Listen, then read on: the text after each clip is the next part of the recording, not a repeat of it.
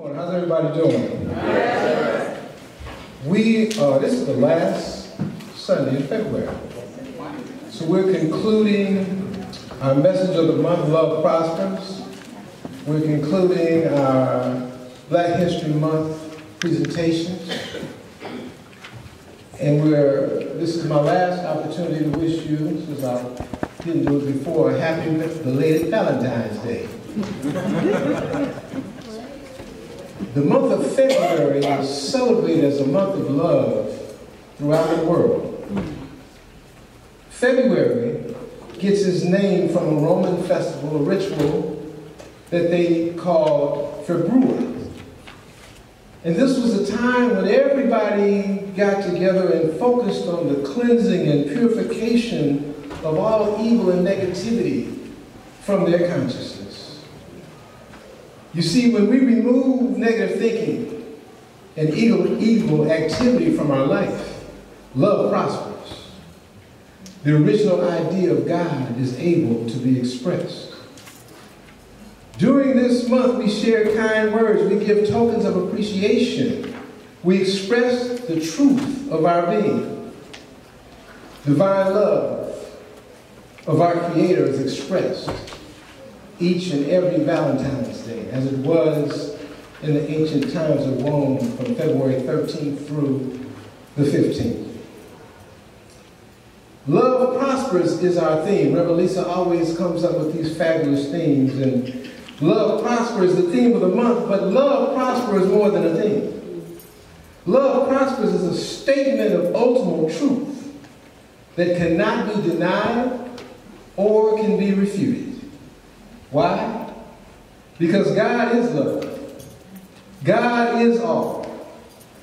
Love is the only thing that can prosper spiritually speaking. Now, you can be successful in material terms and still be spiritually poor while acquiring your fortune.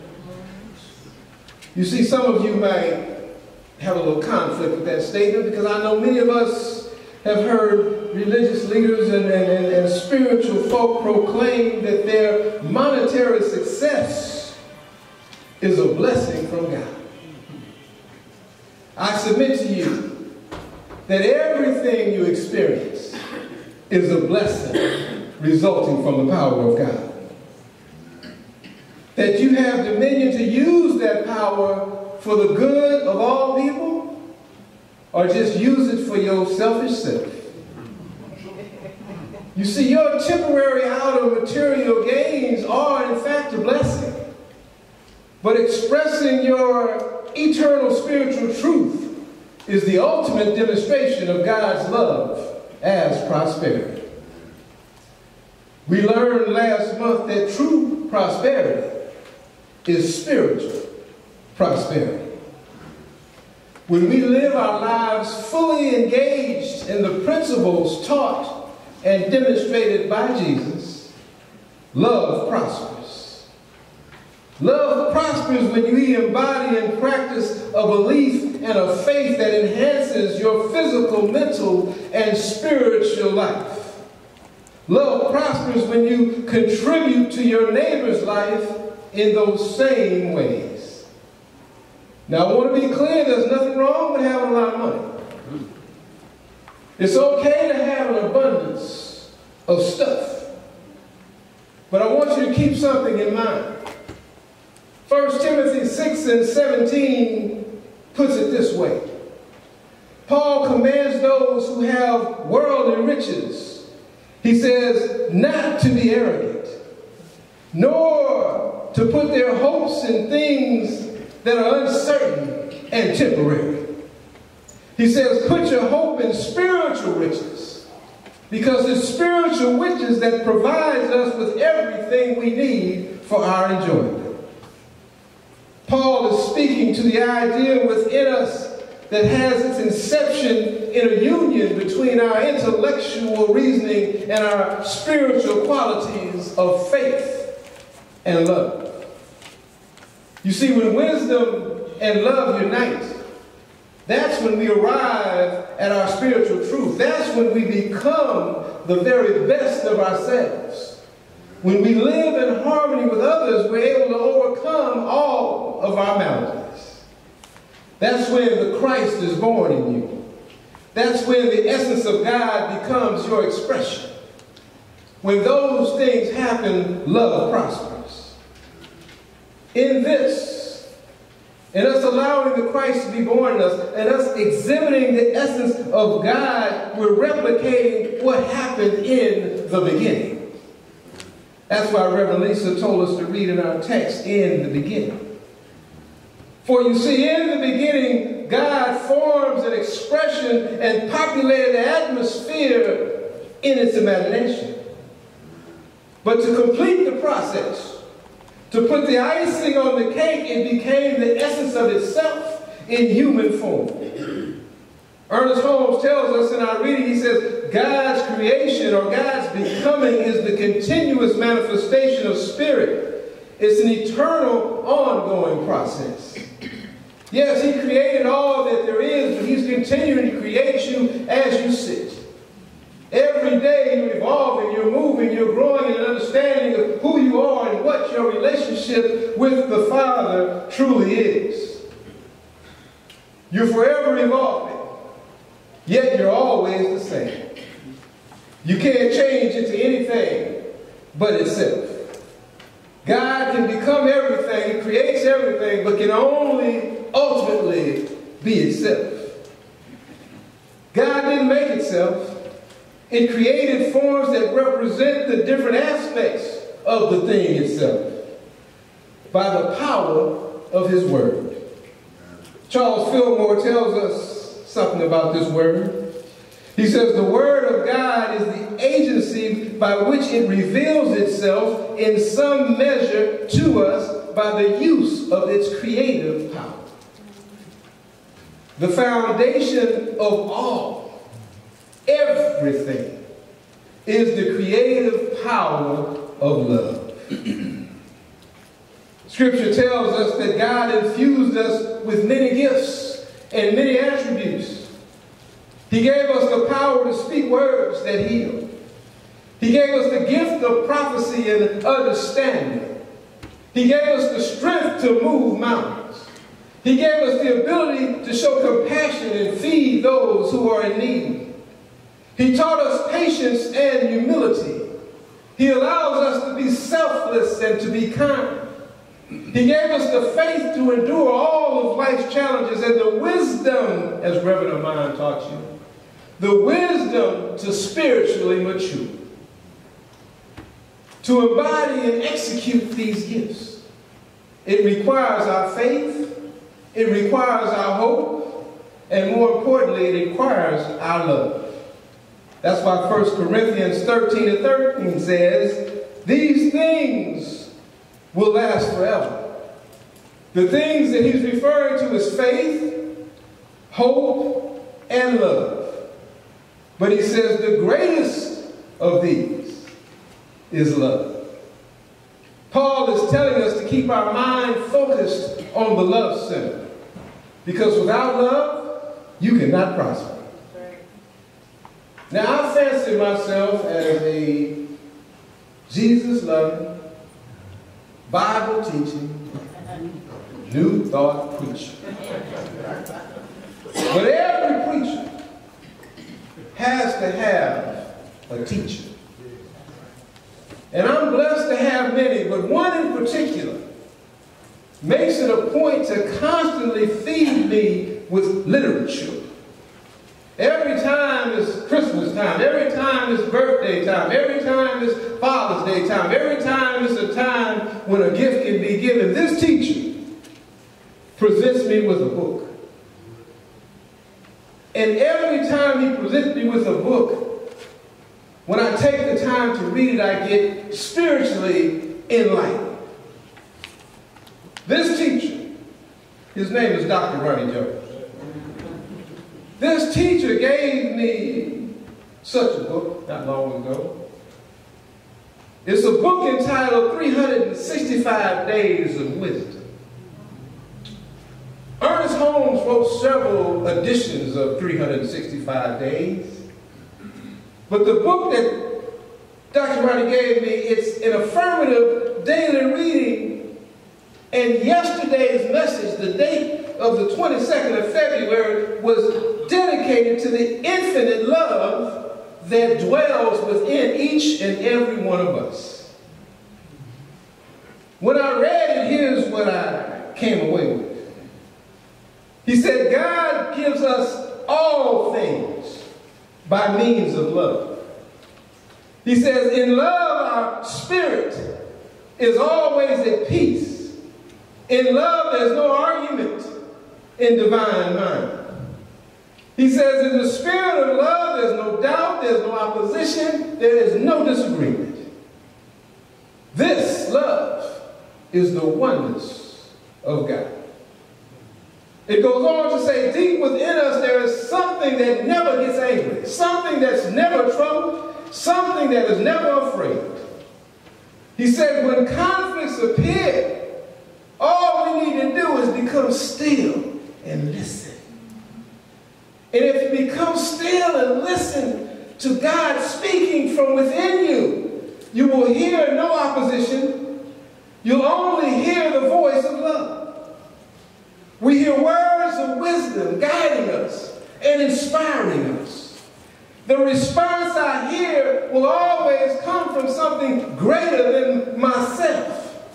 It's going to come from a mysterious energy of love, that active principle of unity that is always within me, that's always right here and is present with us right now. Everything needs love. And everyone responds to love. Love is the central flame of this universe. He's reminding us to allow ourselves to love greatly and be warmly inclined to help other people. Give as you wish to receive. To love and cooperate with others, so others will love and cooperate with you. If it ain't going like you want it to go, if things just can't seem to get right, you remember Can't Get Right in that movie? If you got that can't get right thing going on, it could possibly be that you ain't doing right. You see, loving thoughts, they attract loving expressions. So I'm telling you, as Dr. Ronnie told me by giving me this book, focus on the unique gifts of love that God gave you. Because love is the only right action. There's only one God and there's only love. Ernest Holmes is telling us that love prospers. One of my most famous quotes from Ernest Holmes is this. It says, the power of love is so infinite and so deep, men renamed it and called it God. Speaking of how love can be so expansive, the Greeks had 8 different names for love. They called it eros, which stands for that erotic love that all y'all know a little bit something about. Then there's philia, which is a love of affection. There's storge, that's the love that we share in fellowship amongst family and friends. There's ludus, which is a playful or puppy love. Been a long time since some of y'all experienced that one. There's mania, that's that obsessive, jealous love that you need to be trying to get away from. There's pragma. That's the love shared by people like Ralph and Bliss and Dr. Joyce. That love that allows you to be married for 50 years or more. Felucia, that's self-love. And I don't mean vanity. I mean compassion for self. Because if you have compassion for yourself, you can have compassion for others. And then there's the granddaddy of them all, that selfless, unconditional, that divine, forgiving, agape love. That love that causes you to think and do things that are for the benefit of all mankind and not just yourself. Now, last week I had an opportunity to speak to our friends down the street, and their topic was something that they call reparation love. That reparation love that has the power to restore things to its original image and likeness. See, that reparation, that means that you're making amends for doing wrong. Helping those that you've mistreated. Reparation means to actively repair something. From a theological point of view, it means atoning for one's sins. Making amends for insulting God. Now, I know y'all want to know what that preacher means when he tells you that you are insulting God. You insult God when you use the power and wisdom and intelligence that he gave you in the wrong way. Jesus gave his life as reparation for our misuse of our God-given power. God's love is the greatest power, but I want you to know God's love is the only power. And you get to choose how you want to use it. A love that makes amends, a love that forgives, a love that helps those in need, a love that's always healing and repairing something or someone is a love that understands and delivers reparation. Only the reparation love of God in Christ can make your crooked ways straight. Turn water into wine, feed the multitudes, and turns life's roller coaster into a smooth ride in that Rolls Royce silver cloud you got parked out there in the parking lot. All of our experiences, everything that we experience in this life comes from a degree in which we embody and express that love. Compassion for self and compassion for others. Forgiving yourself so you can forgive others. Repairing our faults and restoring our spiritual truth. Now, as you saw with the clip and as we've been talking all month, we know that this is Black History Month.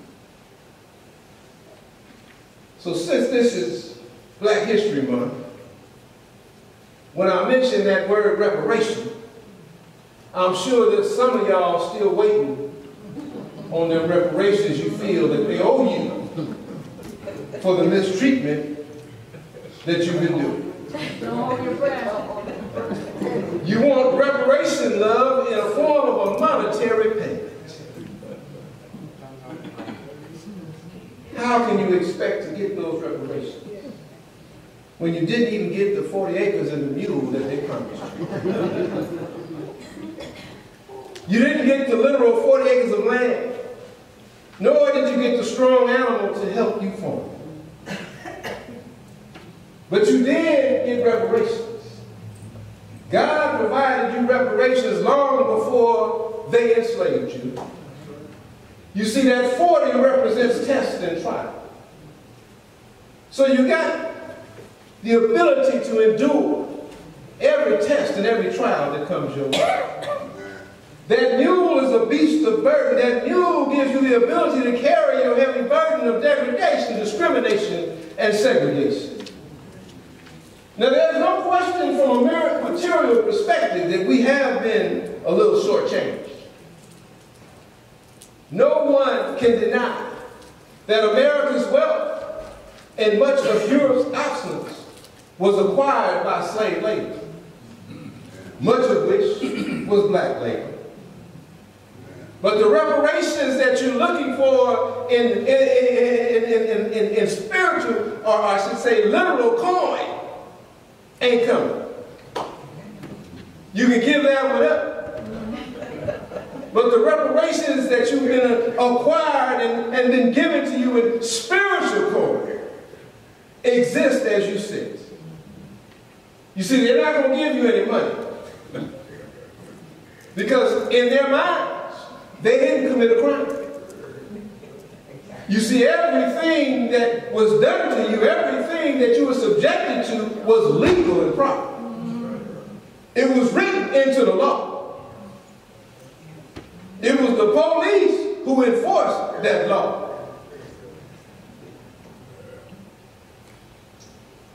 But they have the money to pay you, if they chose to. According to an article published in the Huffington Post not long ago, if you just took the profits from tobacco and cotton alone from 1620 to 1840 and applied a minimum 5% interest to the account that you've been holding on to since that time, it would be worth $6.4 trillion. Now, our gross national income last year was $20 trillion. So you see, they have the money, but you will not get it. They don't have the compassion to accept that the great lifestyles and the largest economy that has been built on the backs of black misery, they don't have the consciousness to accept that as being their responsibility. After all, that was somebody else who did that. Who am I to have to pay their bill?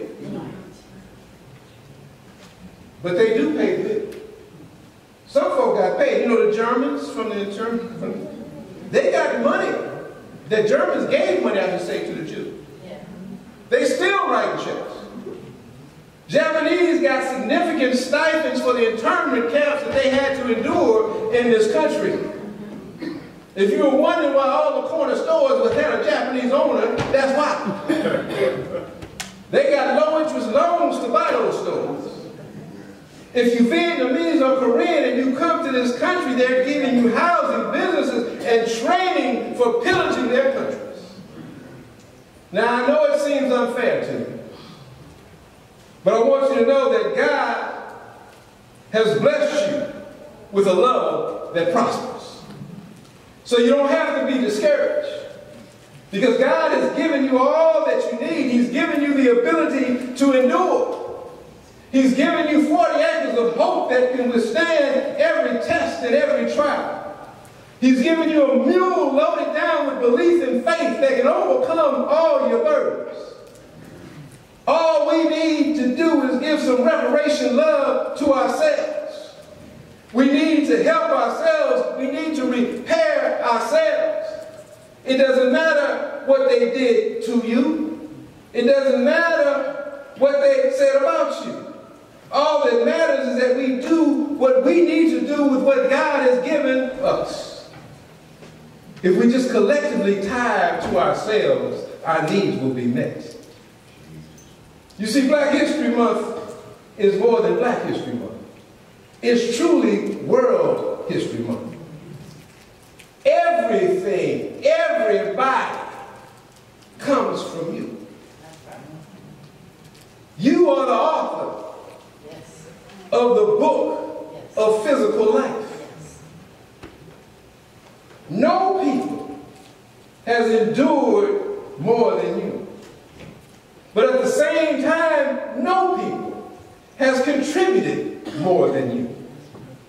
We have risen to the top of every field they've allowed us to participate in.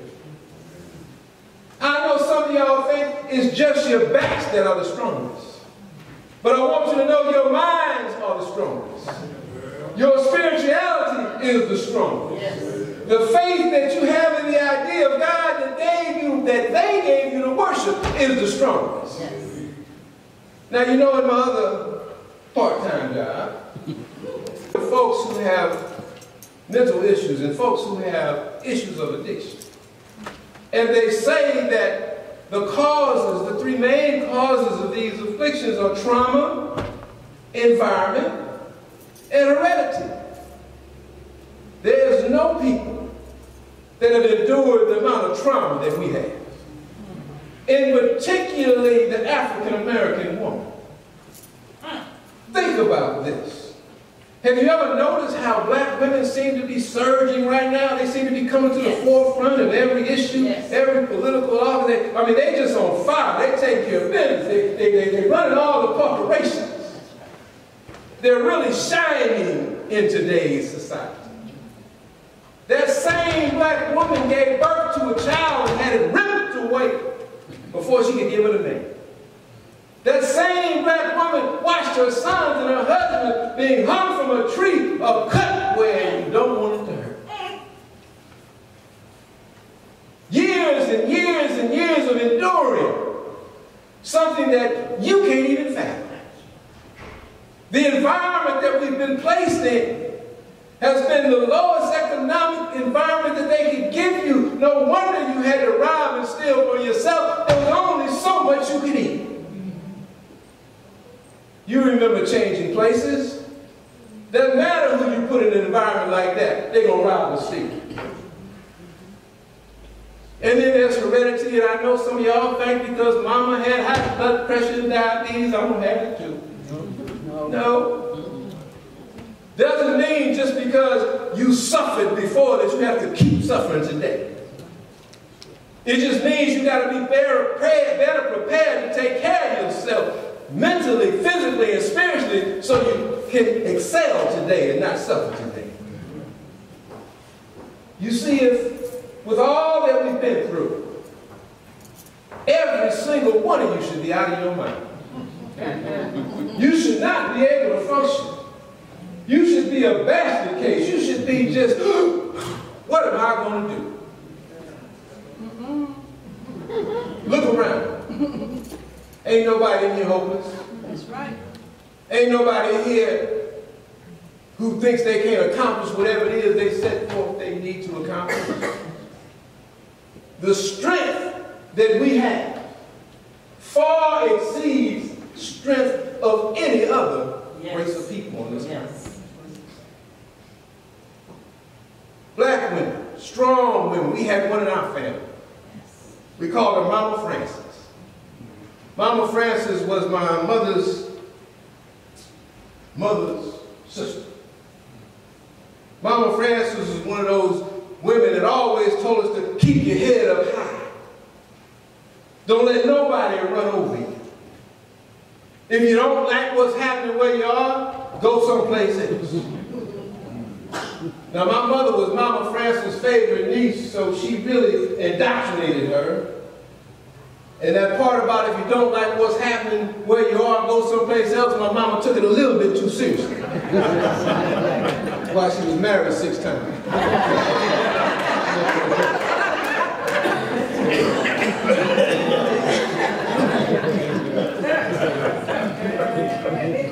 But I want to tell you, since this is Black History Month, about another Mama Francis. Her name is Frances Cress Wellesley. She wrote some literature called the Isis Papers.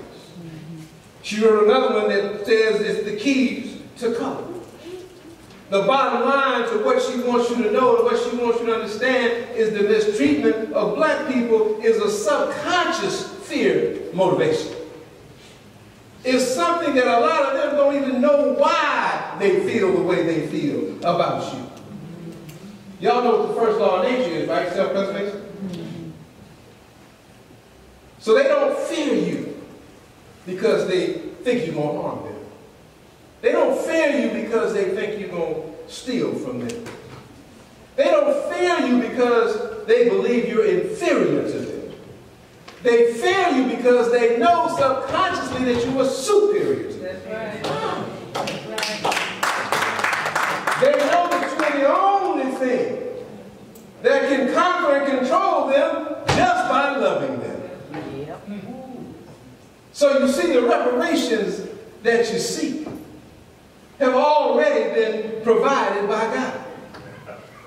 He gave you your reparations in the form of DNA. It doesn't matter what they think. It doesn't matter what they do. All that matters is that you and only you is the only people that can bring everybody together as one. Because if they connect with us, guess what? They coming back to us. right. The Osborns ain't going to look the same. That's right. It's not going to happen. And it's because of that subconscious truth. It's because of that subconscious fear that you've been subjected to what you've been subjected to. So I understand why they fear us. But I don't understand why we fear them. And more importantly, I don't understand why we fear ourselves. Yes, they lied about you and they lied to you. But the only lie that can hold you down is the one that you believe. If we love ourselves, we will prosper. If you love them, they will become us. Reverend Jerrold didn't make that up. That's an absolute truth that man didn't create, that no man can change. All we need, all anyone needs, is a love that heals and repairs and sustains life. Now in my youth, I didn't have everything right. As a matter of fact, when I was a teenager, I truly believed in my heart that I hated white people. Thank God for spiritual maturity. Thank God for being able to be exposed to more than just the police and my school teacher.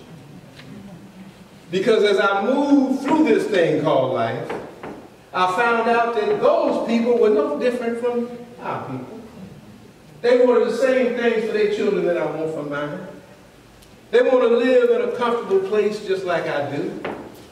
So this thing that we were subjected to, not being able to live with them, not being able to go to school with them, not being able to have equal rights with them, that wasn't something that they created for themselves. It was something that somebody else created for them that they took full advantage of.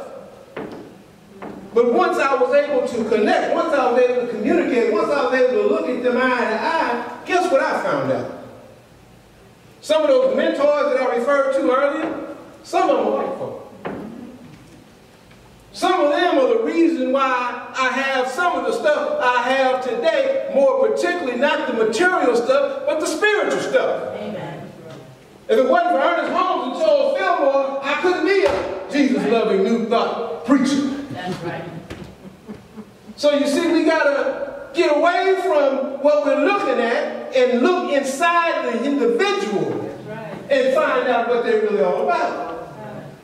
So there's no need for you to get mad at Betty, Sue, and Sally and what they call a Jane that moved next door. Don't get mad at her. Unless you get mad at Grandma for not having a trust, for not having a plan, for retaining the property that she bought. Oh, I know that's right. There's some folks sitting up in here right now ain't got a clue what's going to happen when they leave here. You better get it together.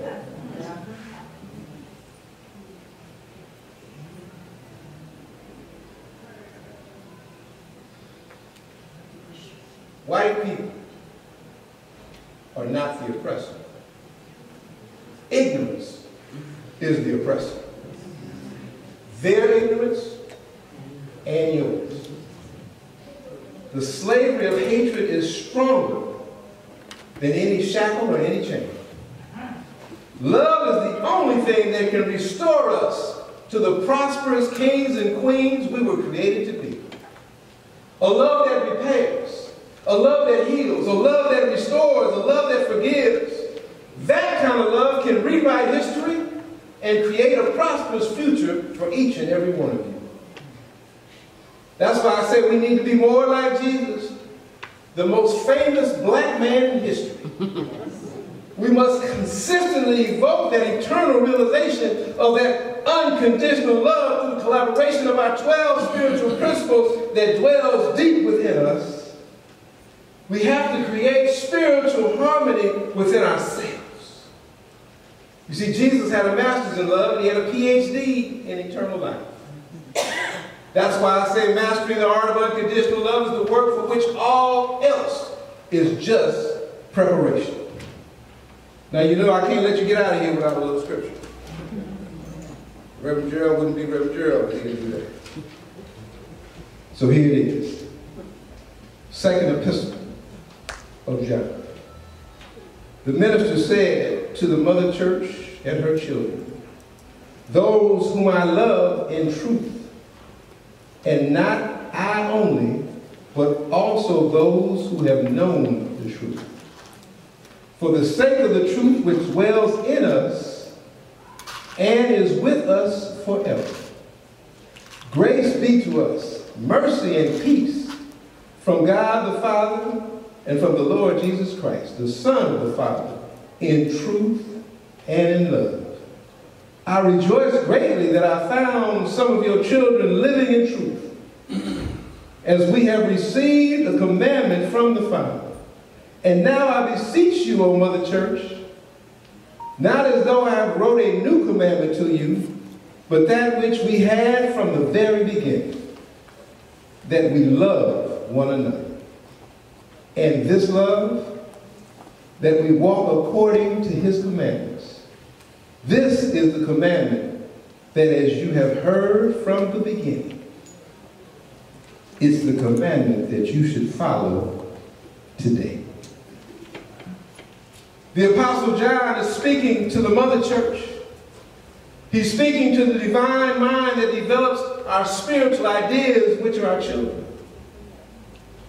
He says that the knowledge of love is the ultimate truth. He says that the power of love is present within each and every one of us. He says all the blessings, all the grace, all the mercy from the Father is demonstrated by the Son. All of that is motivated by love. He says when we find joy, when we find happiness, we find prosperity, when love is developed within us and shared among us. Unconditional love may be viewed as a new revelation, but it is the original conception of all things. Love is the only original commandment.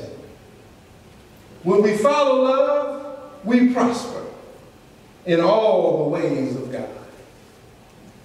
I'm going to leave you with a quote. We all have our favorites, and I have many that I admire and respect. But when I look back at the time I've been on this earth, there's one man I respect just a little bit more than the rest as it pertains to what he offered us as a people. Because he's a man that started out just like I did, hating white folks. But he grew in spiritual knowledge. He moved out of his neighborhood and went across the water and visited some other neighborhoods. And when he got there, he realized that everyone who called themselves what he called himself, which was Muslim, came in every color and creed you could imagine. And he came to a realization and understanding that lifted him from being a person who had hatred for somebody that he didn't know to a man who gained respect for everybody that he got to know. His name was Malcolm X. And here's what he had to say. We need more light about each other. Light creates understanding. Understanding creates love. Love creates patience, and patience creates unity. Love prospers. God bless you.